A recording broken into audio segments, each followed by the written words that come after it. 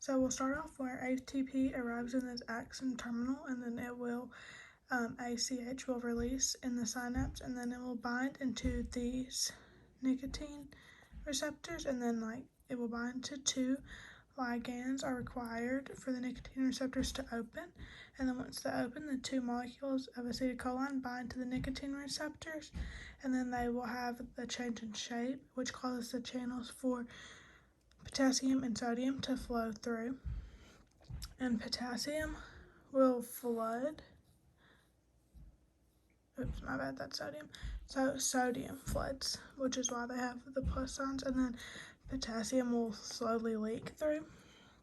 and then the cell will become depolarized and spread through the membrane.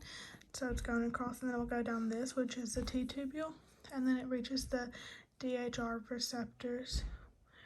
And when it reaches the DHR receptors, its voltage regulates a change in shape, and when the change in shape happens, it processes and it pulls down,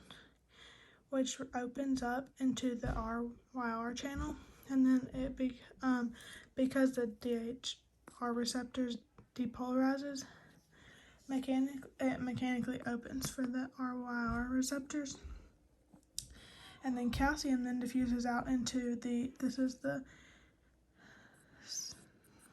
cytoplasmic reticulum, the SR, and it floods into the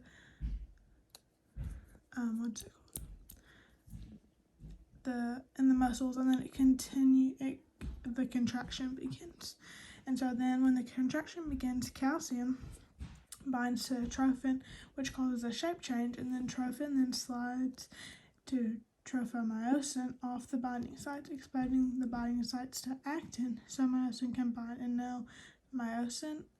has an ADP and a phosphate from the previous cycle. This will lose them and flex at the uppermost hinge, and so then you will get the power stroke, and that pulls the filament towards the molecule of ATP, which is released through here, and then the ATP causes myosin to detach from actin, and the hydrolysis of ATP back to DHA, DAP, and that inorganic phosphate powers the movement. The myosin heads back to the high energy conformation when the calcium is available to bind for trophin, and you'll keep the muscle, which causes the muscle to keep contracting.